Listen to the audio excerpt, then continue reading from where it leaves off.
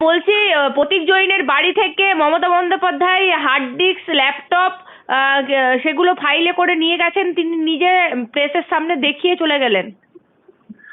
দেখুন, এটা তো নতুন কিছু নয়। উনি এই যাত্রা শুরু করেছিলেন ভবানীপুর থানায় গিয়ে মুখ্যমন্ত্রী হিসাবে প্রথম গুন্ডা ছাড়িয়ে নিয়ে পুলিশের কাছ থেকে উনি বলেছিলেন আমি গুন্ডা কন্ট্রোল করি। এইরকম ভাবেই রাজীব কুমারের জন্য ধর্নায় বসেছেন।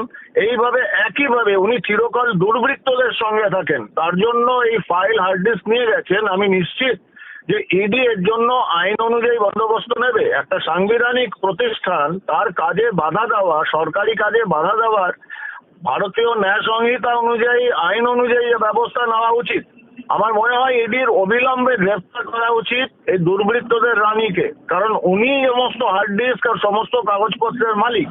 তো ওনার বিরুদ্ধে ব্যবস্থা না নিলে এই প্রতীক জৈনরা হচ্ছে বোড়ে, দাবার বোড়ে। কখনো তার নাম পার্থ চট্টোপাধ্যায়, কখনো শেখ শাহজাহান, কখনো আরাবুল বা কখনো কেষ্ট, আর এখন মদন মিত্র। কারোর কাছে তো যাননি, উনি চলে যাচ্ছেন ঠিক জায়গায় যেখানে উনি যাবেন। উনি পার্থ চট্টোপাধ্যায় বা মদন মিত্রদের বা কেষ্টমণ্ডলের জন্য কিন্তু ধর্নায় বসেননি, উনি বসেছেন রাজীব কুমারের জন্য। উনি এসে হার্ড ডিস্ক কাগজ নিয়ে চলে যাচ্ছেন ইডির সামনে দিয়ে। ল্যাপটপ তো এটা ইডি আমার মনে হয় ইমিডিয়েটলি আদালতের দ্বারস্থ হওয়া উচিত এবং ইডির মামলা রুজু করা উচিত এবং ভদ্রমহিলাকে ইমিডিয়েট অ্যারেস্ট করে কাস্টাডিতে নিয়ে জিজ্ঞাসাবাদ করলেই বেরিয়ে যাবে যে উনি কি নিয়ে গেছেন। এটা ইডির ইমিডিয়েটলি পদক্ষেপ করা উচিত, কেন্দ্রীয় সরকারেরও পদক্ষেপ করা উচিত। উনি সংবিধানের উপরে নন, আইনের উপরে নন। আইন ভাঙার চেষ্টা করলে পশ্চিমবঙ্গের দলদাস পুলিশ লেজ লুকিয়ে বসে থাকবে, কিন্তু ইডির বসে থাকা উচিত নয়, কেন্দ্রীয় সরকারের বসে থাকা উচিত নয়। এটা আইনের বিরুদ্ধে একটা পদক্ষেপ করলেন, সংবিধানের বিরুদ্ধে পদক্ষেপ করলেন। ওনাকে অ্যারেস্ট করে ইমিডিয়েট কাস্টাডিতে নেওয়া। এটাই বাকি ছিল দেখবার পশ্চিমবঙ্গের জনতা। তারা তো দিদিকে চেয়েছিলেন নাকি বাংলা তার মেয়েকে চেয়েছিল, সে বাংলা মেয়েকে পেয়েছে। এই ভদ্রমহিলা যখন পশ্চিমবঙ্গের অ্যাক্টিং ডিজি এখন যিনি আছেন রাজীব কুমার, তার বাড়িতে সিবিআই পৌঁছেছিল সারদা কেলেঙ্কারি নিয়ে তদন্ত করতে, তখন এই মুখ্যমন্ত্রী রাস্তায় ধর্নায় বসে গিয়েছিলেন এই রাজীব কুমারকে বাঁচানোর জন্য সিবিআই থেকে। এবার মুখ্যমন্ত্রী চলে গেছেন আইপ্যাকের মতো একটা প্রাইভেট কোম্পানির প্রতীক জৈনের বাড়িতে ফাইল নিতে বা ওনাকে বাঁচাতে, জানি না কি জন্য।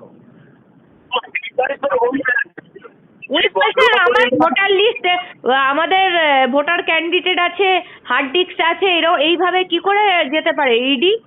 এটা খুব খারাপ বিষয় হচ্ছে। না না, মানে উনি যদি মনে করে থাকেন, ওনাকে অনেকে বলে না হীরক রানী ইত্যাদি, আমি অত হীরক টিরক পেতল কাঁসা সেসব ব্যাপার বুঝি না। একটা জিনিস যে পশ্চিমবঙ্গে আইনের শাসন নেই, শাসকের আইন। কারণ এই ভদ্রমহিলা না আইন বোঝেন, না আইন কানুন সংবিধান কোনো কিছুই মানেন না, কোনো কিছুতেই ওনার কোনো রকম ভ্রুক্ষেপ নেই। উনি যেটা বলবেন সেটাই আইন। এখন উনি শেখ শাহজাহানকে সমাজসেবী বলেছেন, এখন প্রতীক জৈনকেও বলবেন বাংলার গৌরব, বাংলার সমাজসেবী। এখন হার্ড ডিস্ক বা হোয়াট এভার তথ্য রয়েছে সেটা যদি ভোটার ক্যান্ডিডেট রয়েছে, ভোটার ক্যান্ডিডেটের লিস্ট, তার মানে আইপ্যাকই ঠিক করে নাকি?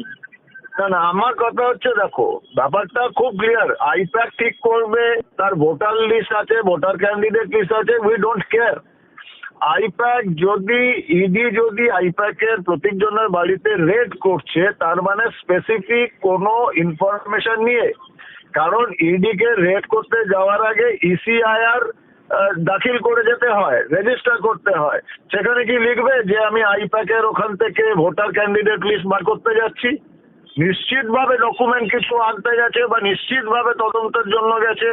সেখানে মুখ্যমন্ত্রী কে হন যে উনি বলছেন যে ওখানে ভোটার ক্যান্ডিডেট রয়েছে? তা তৃণমূল অফিস থেকে কি তৃণমূল পরিচালিত হয় না, নাকি আইপিএস এর অফিস থেকে পরিচালিত হয়? উনি নিশ্চয়ই অনেক রকম কালো 2 নম্বরই দুর্নীতির লেনদেন ঢাকা দেওয়ার জন্য ভয়ের চোটে ওখানে গিয়েছেন।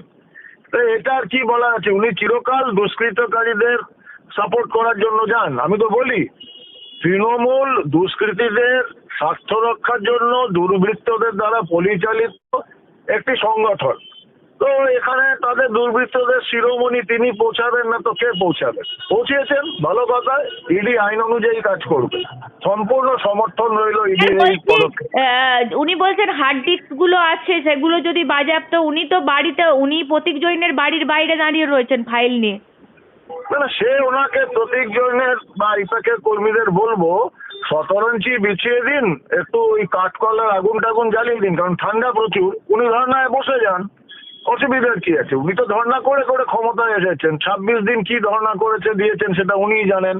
না, যে আমি আমরণ বলছি উনি বলছেন পার্টির সমস্ত তথ্য মানে হাতানোর জন্যই এখন ইডি গেছেন প্রতীক জৈনের বাড়ি। দেখো, এটা ওনার চিরকালের অভ্যাস, প্রতারণা করা, প্রতারণার সঙ্গে যুক্ত থাকা, এই সমস্ত মিথ্যা কথা বলা, মিথ্যা কথা বা মিথ্যাচারের উনি ভারতবর্ষের শ্রেষ্ঠ। এখন ব্যাপারটা হচ্ছে ওনার রাজনৈতিক দল বা ওই দুর্বৃত্তদের দলের তথ্য সম্পর্কে ইডির কোনো মাথা ব্যথা নেই। ইডি কালো টাকার লেনদেন বা সেগুলোর জন্য তদন্তে গেছে এবং সেটা ইডি জানবে। ইডি ওনার দলের ভোটার ক্যান্ডিডেটের উপরে, ভোটিং ক্যান্ডিডেটের জন্য কোনো ইডির ইন্টারেস্ট নেই। এইরকম ভাবে কতদিন ধামাচাপা দেবেন? এবার সব বেরোবে। 26-এ যে ওনাকে শ্রীঘরে থাকতে হবে সেটা উনি জানেন। উনি ইডিকে রিকোয়েস্ট করতে পারেন যে আমার যেন শ্রীঘরে আমি একটু আরামে থাকতে পারি, বয়স হয়েছে, 72 হয়ে গেল, তো এবার যেন একটু আরামে থাকতে পারি, এইগুলোই করুন। এইসব ধর্না টর্না নাটক করে লাভ হবে না, জেলে যেতেই হবে ওনাকে, আজ না হয় কাল।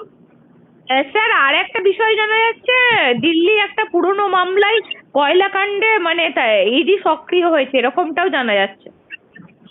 না দেখো, এখন ব্যাপারটা হচ্ছে অনেকেই অনেক রকম কথা বলে, সেটিং তথ্য আমরা হোয়াট এভার, আমি তার মধ্যে যাচ্ছি না, কিন্তু ইডি সিবিআই তাদের কাছে কেস রয়েছে, বহু গুরুত্বপূর্ণ কেস পেন্ডিং রয়েছে, রাষ্ট্রীয় সুরক্ষার সঙ্গে ওতপ্রোতভাবে জড়িত বহু কেস রয়েছে।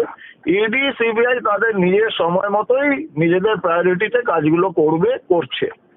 এখন তাতে যদি ঘটনাচক্রে কোনো খোকাবাবু, ওই চিটিংবাজ, ফেরেববাজ ভাইপো ইত্যাদি তারা যদি ধরা পড়ে বা তাদের দিকে হাত বাড়ে, তাহলে কান্নাকাটি করার কি আছে? Part of game. চুরি করেছিল তো ধরা পড়তেই হবে, শ্রীঘরে যেতেই হবে, আজ না কাল। 2026-এ যেতেই হবে নাকি? একদম স্যার, আপনাকে অসংখ্য ধন্যবাদ আমাদেরকে এতক্ষণ সময় দেওয়ার জন্য। নমস্কার।